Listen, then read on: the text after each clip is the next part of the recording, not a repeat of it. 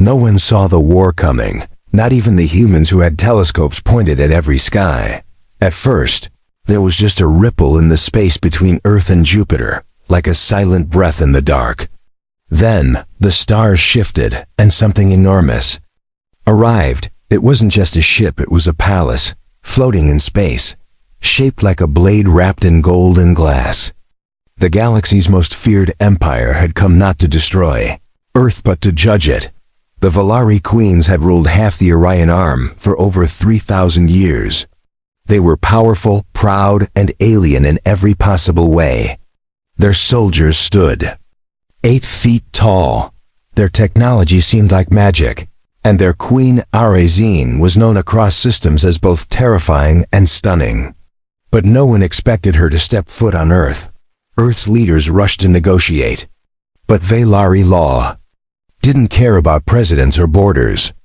Their tradition said the queen herself must judge the worth of a species by speaking to one of its unarmed men alone. No weapons, no guards, no lies, just presence. Eye to eye, so the humans sent Captain Elias Ward, not because he was the strongest or smartest, but because he was calm under pressure. His hands didn't shake, and he looked danger in the eye without flinching. And maybe that's what scared the politicians most. He wasn't afraid of her. Elias stood in the white marbled chamber, a room built by the Valari in just hours. Its ceiling stretched hundreds of feet above, and light poured in from windows, without glass. But all of it faded the moment she walked in. Queen Arazine wasn't just tall, she was royal. Her skin shimmered with deep sapphire tones.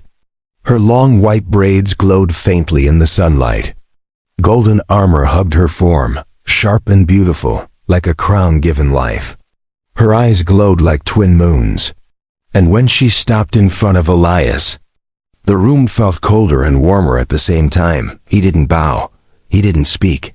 He just looked at her. She stepped closer. Her guards didn't follow. Her boots echoed on the floor like slow thunder. Then she placed her hand on the wall behind him, trapping him between marble and majesty. "Do you think I'm beautiful, human?" she asked, voice smooth like silk over steel. Elias felt his breath slow.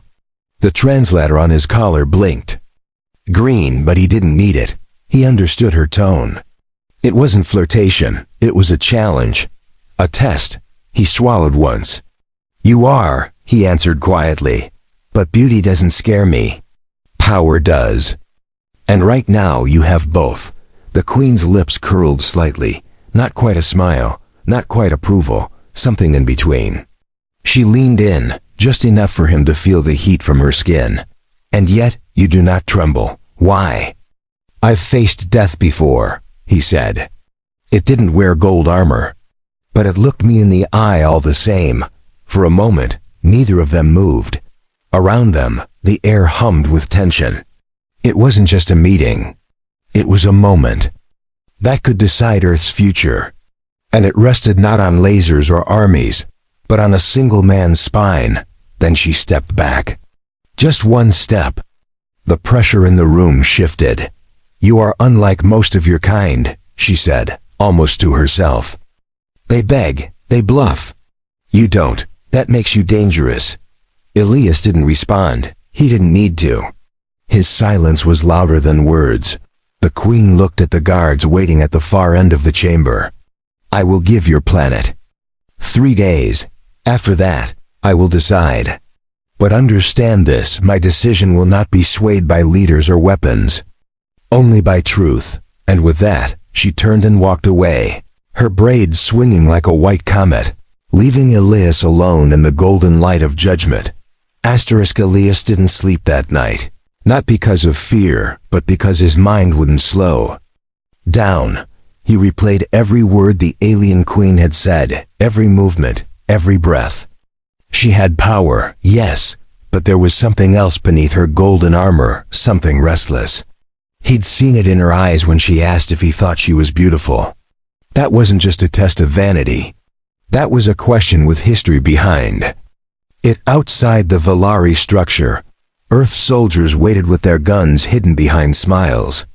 The global broadcast claimed everything was under control. But the truth was different. Leaders were panicking in private chambers, scientists argued over signals, and some nations had already prepared escape routes to underground bunkers. The Queen had given humanity 3 days. But no one knew what she truly wanted in return.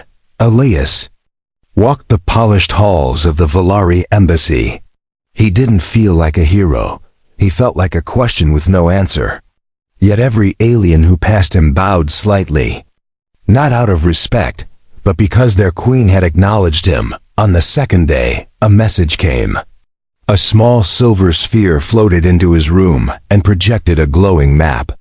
One location pulsed in red. A voice followed in perfect English. She invites you here. Alone, the coordinates pointed to the edge of the Pacific Ocean.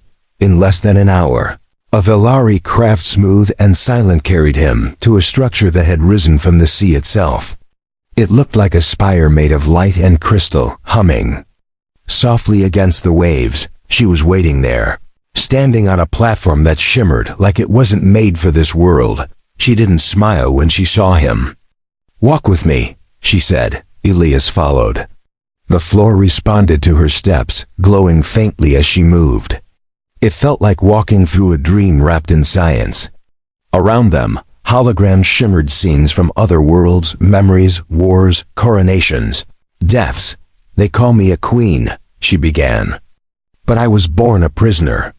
The crown was placed on my head before I knew what freedom meant." Elias didn't interrupt. She wasn't speaking to impress. She was letting something out. "They taught me 10 languages before I was 10. I was trained to command fleets, judge entire species, even execute worlds. But no one ever asked what I wanted. They stopped near a projection of a burning star collapsing into itself. It cast a red glow across her face, making her look both divine and dangerous. I've seen 1,000 leaders lie. I've seen warriors beg, but when I stood before you, you didn't flinch. That matters more than you know." Elias looked at her directly. "Why tell me all this?" She turned, facing him fully. "Because I don't want to destroy your world. But my empire expects me to. They believe power is proven through conquest. But I came to see if there was another way. Then prove them wrong," Elias said. She studied him for a long moment. "And if I do, will your world follow?" "No," Elias said. "But some of us will. And that's how everything starts." A wind stirred, though there were no openings in the room. The queen's hair moved like white flame, her armor glowing with the shifting light. "I chose you because you are not bound by the chains your leaders wear," she said. "But if I take this path, I may lose my throne. My people may see it as weakness." Elias stepped forward. "Or they'll see it as courage." The silence that followed wasn't empty. It was heavy, like something ancient had paused to listen. Then the queen reached out and touched his chest with her fingertips, just above his heart. "Your body is fragile," she said. "But your will is not. I envy that." Her voice dropped lower. "If I fail, they will punish me. But if I succeed, they will fear me in a new way. Maybe that's the kind of queen they need." Elias replied. She let her hand rest for one moment longer, then pulled it away and walked to the edge of the platform. The sea stretched endlessly behind her, calm and bright.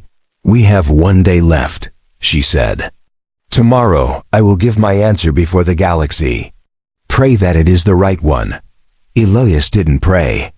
He just stood beside her, 2 figures staring into the unknown, while the future waited in silence. On the final morning, the earth was silent. It wasn't just nervous silence. It was the silence of breath being held across oceans, cities, and space stations. Every screen on the planet was focused on the Valari broadcast tower. The Queen had called it the Judgment Hour. The structure stood in orbit, shining brighter than Earth's own satellites. It had no weapons, no shields, yet the entire world felt like it was under its shadow. Inside that tower, Queen Arazine would give her final verdict. Whether humanity would be spared, subjugated, or something neither side expected, Elias Ward had been told to stay behind. Earth's governments feared he might say the wrong thing. They believed diplomacy should be handled by trained ambassadors, not a single man with no armor or title. But the Queen had not spoken to anyone else. Only Elias, and that made him dangerous in their eyes. He sat alone in a high room, staring out at the sky, knowing she was somewhere above. He could feel it in his bones. She hadn't chosen him by accident. She had seen something in him no machine could measure. A soft tone rang through the chamber. Then the silver sphere returned. It hovered at eye level and projected her voice. With perfect clarity, "I want you by my side when I speak," she said. Before he could respond, a beam of white light surrounded him, and the world changed. When the light faded, he stood within the Velari Tower.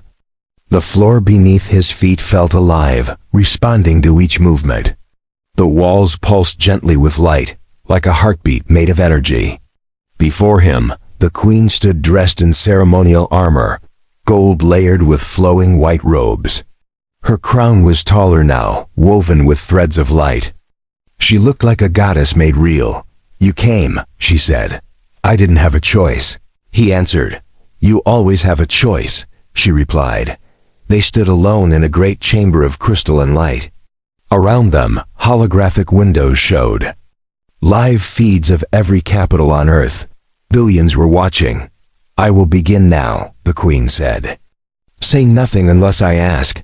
Elias nodded. She raised her arms, and the chamber responded. A great sound echoed outward, deep, melodic, and commanding. Across the galaxy, it translated into every known language. "I am Arizine, rightful ruler of the Velari Dominion," she declared. "I have judged the species of Earth. I have walked among them. I have seen their chaos, their beauty, their weakness, and their strength. In the cities of Earth, people froze. Children watched with wide eyes. Soldiers paused in their training. Grounds, presidents gripped their chairs. The fate of their world hung in the voice of one alien queen. I was expected to bring domination," she continued. "To crush resistance and claim this planet in the name of tradition. But I have found something else." She turned slightly, gesturing to Elias without looking directly at him. "I found one who stood without fear, who spoke without lies, who did not beg nor threaten. A human without armor, yet unbroken. And in him, I saw something I had long forgotten: choice." She lowered her arms. Her voice became softer, but no less powerful. "We do not need more worlds. We need better ones. We do not need more servants. We need equals. If power cannot be questioned, it is not strength. It is sickness." Then she said something no Velari ruler had ever spoken before. "I choose peace," the chamber responded. With a golden light. Across Earth, the message translated instantly. The people cheered, tears were shed. Some didn't believe it. Others fell to their knees. But one thing was clear: the Queen had spared them. Elias stood still, breathing slowly. He didn't cheer. He just looked at her. She stepped toward him and said, "You gave me the strength to defy 1,000 years of law. And you gave Earth another chance," he replied. They stood in the golden light, two figures who had rewritten fate by simply telling the truth. But in the far corners of the Dominion, not all would accept this outcome. Shadows moved in silence. Plans began to form. There were those who thrived on war, and for them, peace was poison. And though Earth had been spared, the real storm had only begun to rise. Asterisk, the Queen's words echoed through space for hours after. The announcement. Galactic news networks lit up with debates and reactions. Some hailed her as a visionary, a ruler who had broken free from the chains of conquest. Others whispered that she had gone mad. A few empires even questioned if she had been manipulated by human trickery. But none dared speak against her openly. She had declared peace. That alone shook the foundations of the Velari Dominion. Elias returned to Earth the next day. But something inside him had changed. He no longer felt like a soldier or a negotiator. He felt like a symbol, one that many didn't trust. Some humans whispered that he was too close to her, that he might be more loyal to her throne than to Earth's own governments. They didn't understand what had happened between them. Elias stayed silent through the briefings and interviews. The media followed him for days, but he gave no statements. He spent most of his time walking alone through the forests near his childhood home. The trees didn't ask questions. They didn't demand answers. They just stood there, like they always had. Then one night, without warning, she returned. The sky tore open above the forest. A small ship shaped like a falling star descended with. No sound. Lights moved across the trees, casting soft golden glows. Elias didn't flinch. He simply stepped forward as the hatch opened. Queen Arizine stood before him again, without her crown, without her armor.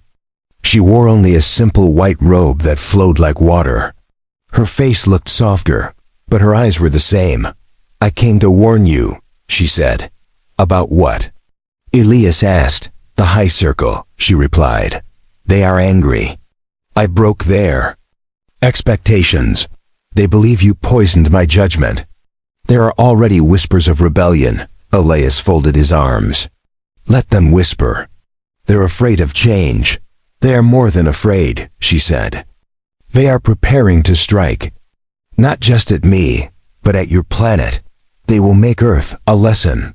They want to break you to break me." For a moment, the forest seemed to hold its breath. "So what do we do?" Elias asked. The queen stepped closer. "We prepare." Together, she raised her hand and projected a glowing map into the air. It showed regions of space Elias had never seen before. Red zones marked enemy territories. Blue ones marked loyal worlds. A new line had formed, drawn between ancient laws and a single human's defiance. "You are no longer just a man," she said. "You are now a symbol of resistance. And they will come for you." Elias looked up at her. "Then let them come." The queen's lips curved slightly, not a full smile, but something more honest. "I knew I chose well." She reached into the folds of her robe and pulled out a small metallic band. "This is a Valari bond crest. If you wear it, no ally of mine will raise a weapon against you. It also links us across distance, thoughts, warnings, pain, everything." Elias took it slowly and slipped it over his wrist. It tightened with a quiet click. "I never thought I'd wear alien jewelry," he said. She looked at him. "It's more than that. It's a link between you and me. Between Earth and the stars." They stood there for a while, beneath the tall trees, the night wind brushing against them like a whisper. Then the queen turned toward her ship. "I must return. I cannot show weakness for long. But I will not let them take this path from me without a fight." Elias nodded. "And I'll be ready." Before she entered the ship, she paused and looked over her shoulder. "When they come, it will be sudden, fast. They will not follow rules. They will strike your heart." "I've been a soldier most of my life," Elias said. "I know how to bleed. I know how to stand back up." Her eyes lingered on him. Then she disappeared into the ship, and the light faded into the stars. Elias remained in the forest, but he no longer felt alone. The bond crest pulsed faintly with warmth. Somewhere far above, a queen was risking her throne for peace. And down here, a human was preparing to protect her dream. Neither of them belonged fully to their people anymore. They were something new, something the galaxy had never seen, and that made them both dangerous. The first attack came without warning, just as the Queen had promised. Above the Indian Ocean, a science station vanished in a flash of red light. Earth's satellites caught only fragments before they were wiped clean. There were no messages, no demands, only destruction. The Valari High Circle had made its move, and it had begun with fire. Elias was already aboard a command vessel orbiting Earth when the attack hit. The Queen had ordered his evacuation 2 nights before, sending a stealth craft that took him from his cabin in silence. She didn't want him caught in the first wave. Now he stood in the heart of a ship not built by humans. It was Valari design, smooth like glass and alive with light. The crew moved like dancers, their motions precise, silent, and trained for centuries of war. This wasn't their war anymore.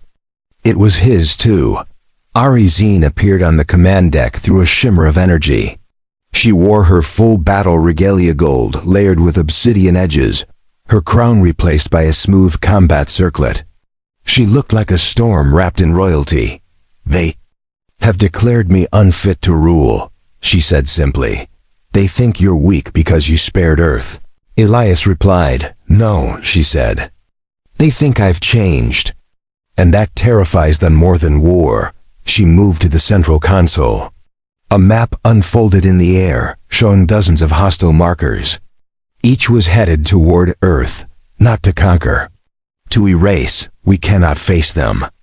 "Alone," Elias said. The Queen nodded. "We won't, but we must buy time. If we fall before the Council of Voices meets, they will write the truth in ashes. Then we hold the line."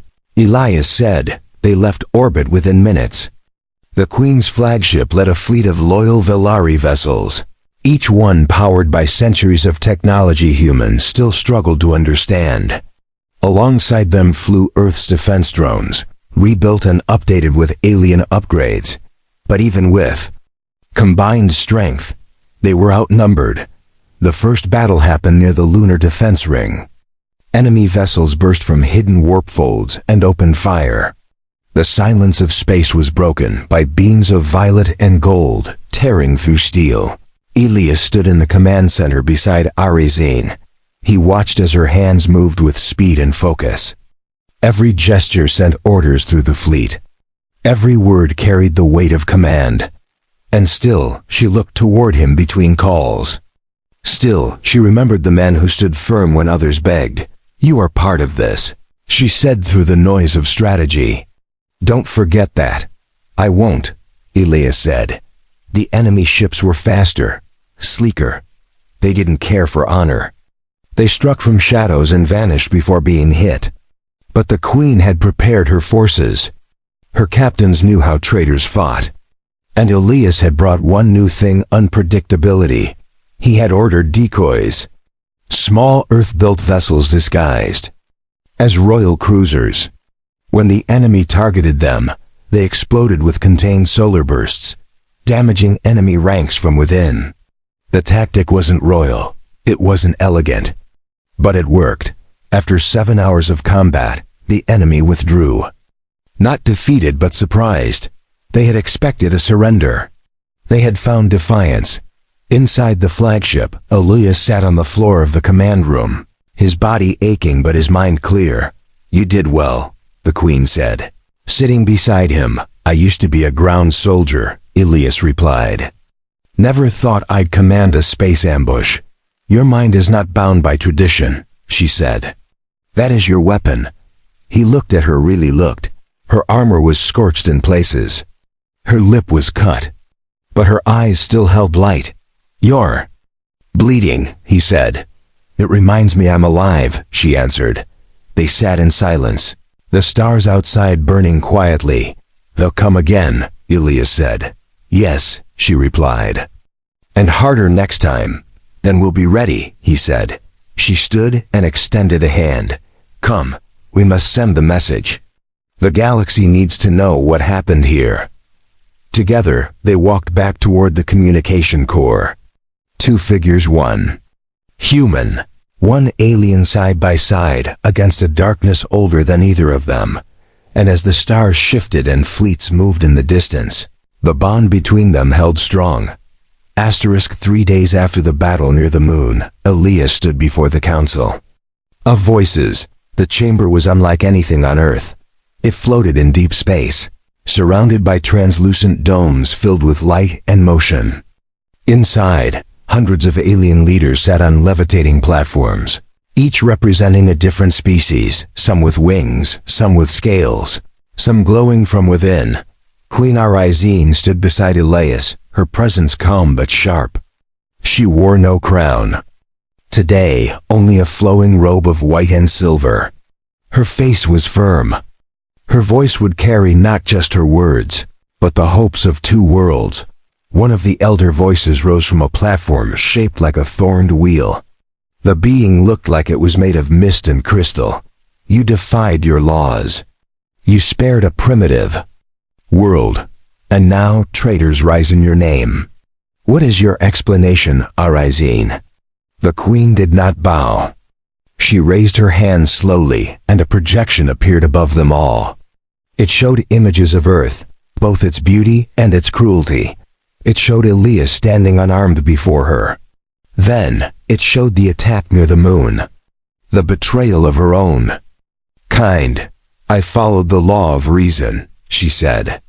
I chose peace when war was expected. I chose unity over fear. And I will not apologize for it. A ripple passed through the chamber. Some platforms dimmed. Others grew brighter.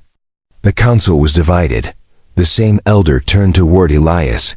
And you, human, why do you believe you were chosen? Elias stepped forward. I didn't choose this, she did, but I stood my ground. I spoke truth. I didn't beg. I didn't threaten. I listened. And I answered with honesty. If that makes me dangerous, then your galaxy is built on lies. The council murmured again, their voices like thunder and rain. Another alien spoke, this one resembling a coiled serpent of glass. Your world is young, violent, chaotic. Why? Should it be allowed to stand? Elias met the creature's gaze. Because we are also capable of growth. We love, we build. We fall and rise again. No species is perfect, but we're trying. Isn't that worth something? Arizine placed her hand gently on his shoulder. Her voice grew louder. The Valari Dominion ruled by force for generations. But what did it gain us? Fear, rebellion, rot from within. This human reminded me of something our ancestors forgot. Strength is not silence. It is choice. The chamber grew quiet. Then the central platform, where no voice had yet spoken, began to rise. It belonged to the Arbiter. A being older than recorded time, neither male nor female, neither mechanical nor organic. It was the final judge. You both speak with clarity, the Arbiter said. But clarity does not always mean truth. Actions will decide what words cannot. Elias tensed. Arizine narrowed her eyes. The Arbiter continued. The High Circle has issued a final challenge, a duel of champions, one from each side. Victory will grant authority. Defeat will mean silence. Will you accept? Arizine did not hesitate. I will fight. Elias turned to her quickly.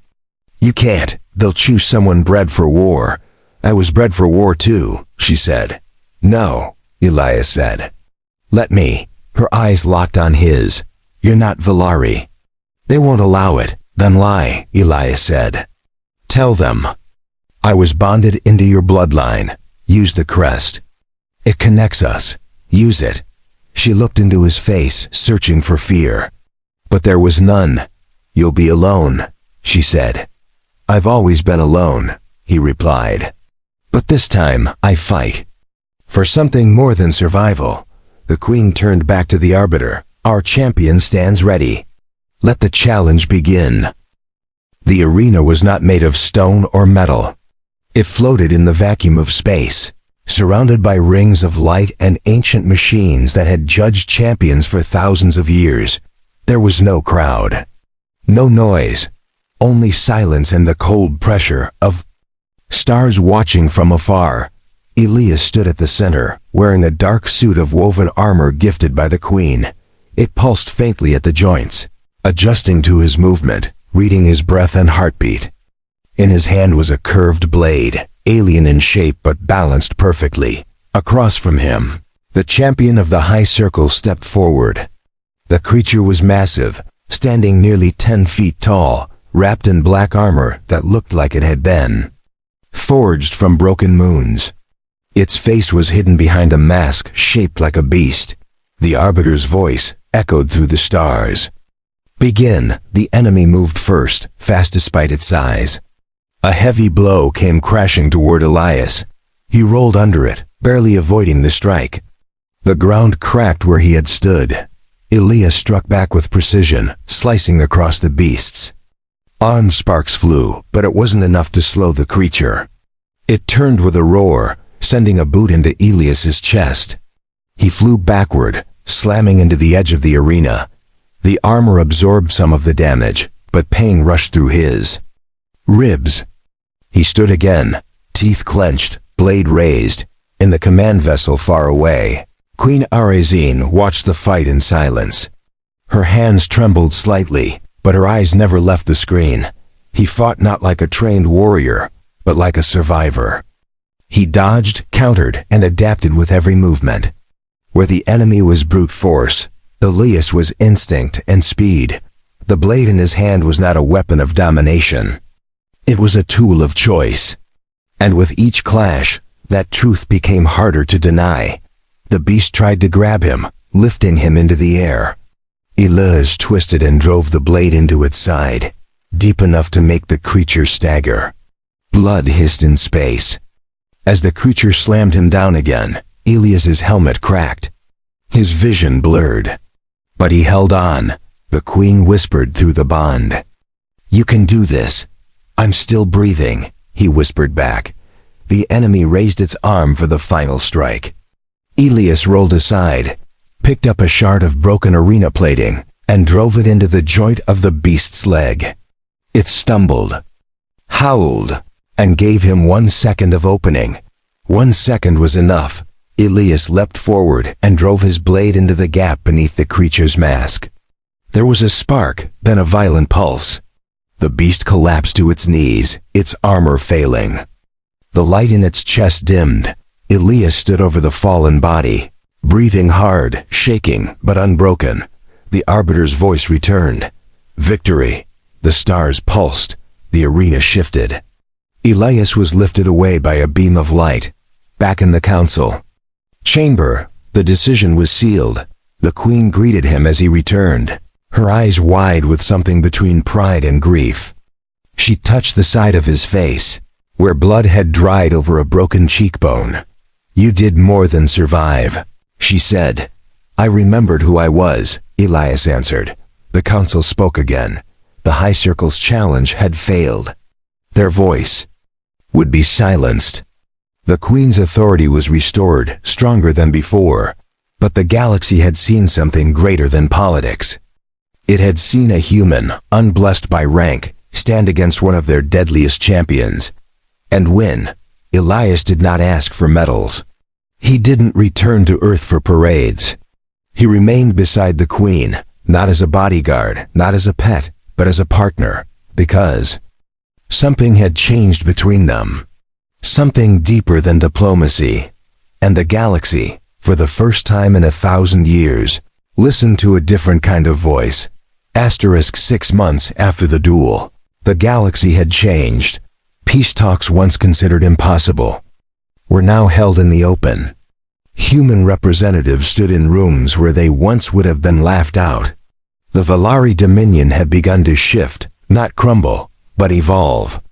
And at the center of it all were two figures, one alien queen and one human soldier. Elias walked beside Arazine through the halls of a new space station orbiting a neutral moon. It had been built by humans and Valari together, stone and metal shaped by both minds. The place was still rough, still incomplete, but it was real. "Another meeting today," the Queen said as she adjusted her ceremonial robe. Elias gave a small nod. "At least they're not shooting anymore," she smiled slightly. "Not yet." They entered the chamber where leaders from over 20 systems had gathered. Some looked at Elias with awe, others with suspicion. But none dared ignore him. The Queen raised her voice. "We are here not because of conquest. We are here because one man reminded me what power means when it is chosen, not forced." She gestured toward Elias. His world was once on the edge. of being erased, but it stood firm. Now it offers alliance, not submission. When the council ended, many stayed behind to speak with her. Others approached Elias directly, asking about Earth's history, its strength, its chaos. He answered simply, never pretending Earth was perfect. But he always spoke with honesty. That night, Elias stood alone on the viewing deck. The stars outside were clearer here. No clouds, no noise. Just the slow rhythm of galaxies turning in. Silence. Arizine joined him without a word. She stood beside him, close enough to share warmth. "You never told me what you thought of me," she said. Elias turned toward her. "I did, back then. When you asked if I thought you were beautiful. That was before," she said. "Before what?" "Before you saved my throne. Before you bled for a world that once feared you. Before you became more than a symbol." He paused, watching the stars again. "Do you want the truth?" he asked. "I always have," she said. "You are still terrifying," he said. "Still proud. Still sharp as a blade. But yes, you're beautiful. Not just your face. The way you walk into a room. The way you speak like every word matters. The way you change the galaxy without losing yourself." Arizine's expression softened, but her eyes held the same fierce fire. "You risked everything for me. For peace," she said. "I risked everything for a choice," Elias replied. They stood close, the bond crest on his wrist glowing faintly. It pulsed in rhythm with her presence. A living reminder of what they had built. "I don't want you to leave," she said quietly. "I wasn't planning to," Elias answered. "You could go back to Earth. Be celebrated. Live quiet." "I don't want quiet," he said. She turned toward him fully. Her hand rose slowly, resting against his chest. "You are more than human now," she whispered. "And you are more than queen," he said. Their foreheads touched gently, a gesture neither royal nor military. Just real. From this moment forward, their bond was no longer political. It was personal, a new kind of alliance. One the galaxy had never seen before. Together, they returned to the chamber. Not to rule with fear, but to guide with courage. Not to silence voices, but to share them. The galaxy would still challenge them. Old powers would test their will. Shadows would rise again. But they were ready, not because they were stronger alone, but because they chose each other. And in a universe shaped by empires and weapons, that choice was the rarest kind of power.